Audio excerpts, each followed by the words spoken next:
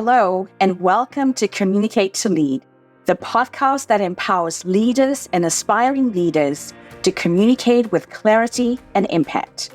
I'm Kele Belton, CEO and successful entrepreneur, and your host for today.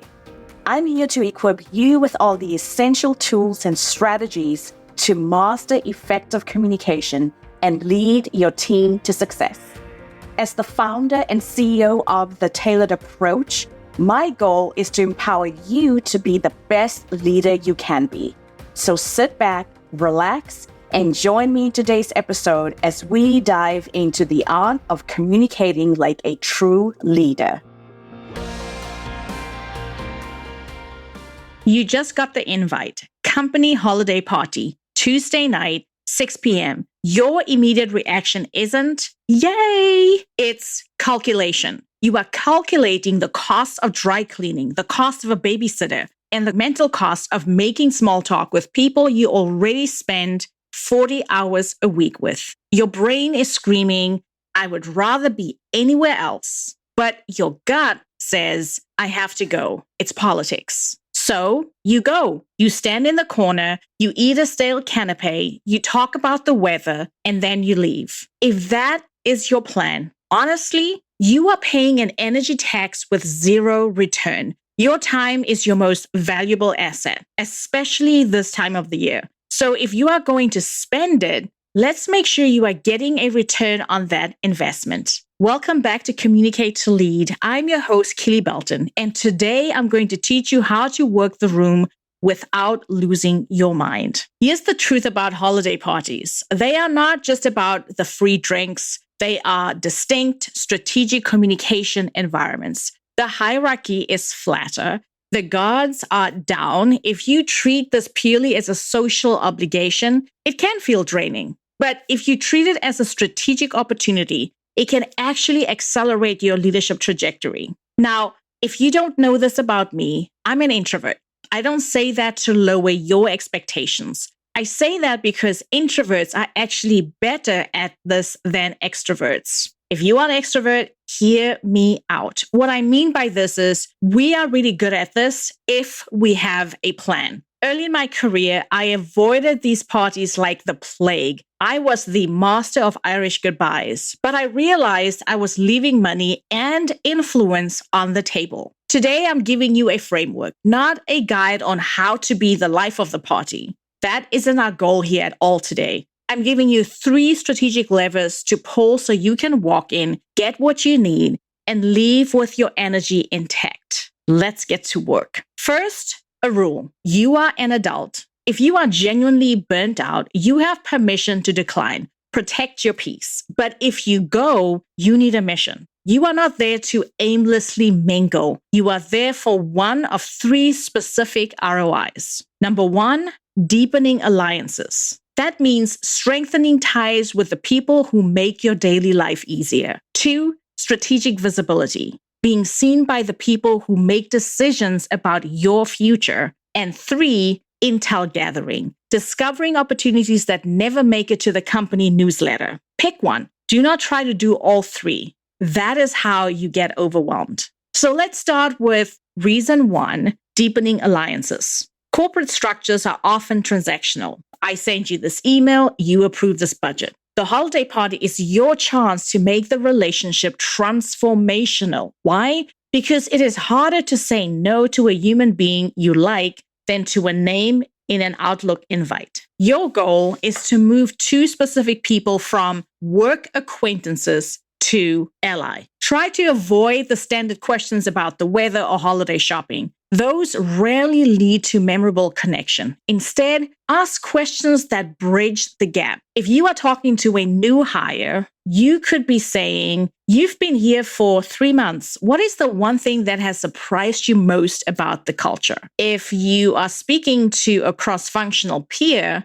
you could say something like, I know what I need from your department, but I rarely ask the following question. What is the biggest headache my department creates for you? So here's a hint. Say this with a smile and a drink in hand. It will disarm them and give you valuable data. The win is that come January, when you need a favor or a fast approval, you aren't simply a requester. You are the person they shared a laugh with in December. That grease keeps the wheels turning. And that was reason 1. So here is reason 2, strategic visibility. And this one is for you if you are aiming for a promotion or a pivot in your career. There are leaders in your organization who know of you, but they don't really know you. They know your title, but they don't know your thinking. The holiday party is one time you can walk up to a VP without an appointment. Keep in mind that you are not there to pitch yourself. You are there to demonstrate intellectual curiosity. If you come across a senior leader, you could say, I saw your note on the Q4 goals. I'm curious, what's the one risk you think we aren't talking about enough? If you're speaking to the function head, you could say, I've always been fascinated by, mention their department and how they handle a specific challenge. How does your team approach that? The win here is you get to have a conversation with someone you probably don't have a conversation with on a regular basis, and you really get to get inside their head and hear how they think. I had a client, let's call her Jennifer. She was in operations. She used this exact strategy to talk to a product director at a holiday mixer. She didn't ask for a job. She asked smart questions about the product roadmap. 6 months later, when a cross-functional task force was built, that director asked, is Jennifer available? She gets it. She knows what we're doing. Visibility is not about being loud. It's about being memorable. And that is reason 2. So here is reason 3, intel gathering. Formal meetings are for decisions. Informal parties are for ideation. This is where you hear about the pilot programs, the Skunk Works projects, and the shifting priorities before they become official. The strategy is you go in with your ears open. You are listening for clues. So the question you could ask is, what is the coolest thing you are working on that no one knows about yet? And your follow-up after they tell you a little bit more, you could say, that sounds incredible. Who is leading that charge? Your win is that you might discover a project that aligns perfectly with a skill you want to develop. You are finding the strategic off-ramps from your current role into your next one, simply by listening to what people are excited about. Okay, you have your mission. Now, here's the tactical execution plan. Number 1, the 15-minute prep. Do not walk in cold into these parties. Take a few minutes, whether you sit in your car or at your desk for 5 to 10 minutes. Check LinkedIn or the company directory. Pick 3 people. 3 people you need to talk to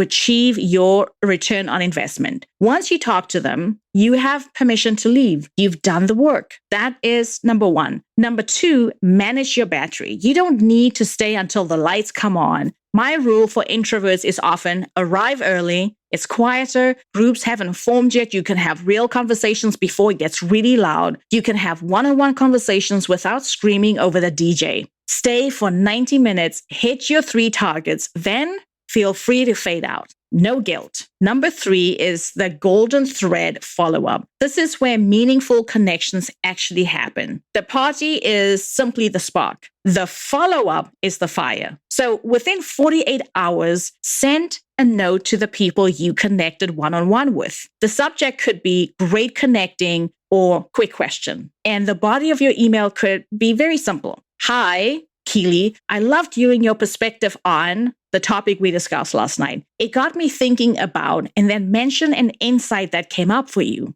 I'd love to grab a virtual coffee in January to hear more about how you are tackling that. Hope you have a great holiday season. That is it. You have now bridged a casual party chat into a formal business connection. Let's shift how we view the holiday party. Instead of a text on your time, view it as a room full of decision makers, allies, and opportunities, all accessible without an agenda. So decide your purpose, whether you want to deepen alliances, you want to work on visibility, or gather some intel. Prep who you will be speaking to, do some research, ask smart questions, really genuinely listen to what they have to say, and then send the follow-up email. And if you are thinking, Kele, this sounds great, but I don't know how to articulate my value when I'm in that conversation, that is where I come in. I have a few spots left open for leadership clarity calls before the year ends. If you want to enter 2026, not only with a plan, but with the communication skills to execute it, click the link in the show notes and book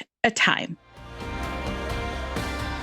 I hope this short and punchy episode gives you some fresh ideas of how to approach those dreaded holiday parties that you might be trying to avoid. You no longer have to avoid them. If you have a reason to go, I encourage you to go in there, go with a mission, go with your plan, do what you need to do, and then feel free to leave when you are ready and get back into your cozy PJs and watch your favorite show. Until next Thursday, my friend, I am Kele, reminding you that great communication is the foundation of inspiring leadership. Keep learning, keep growing, and remember to communicate to lead.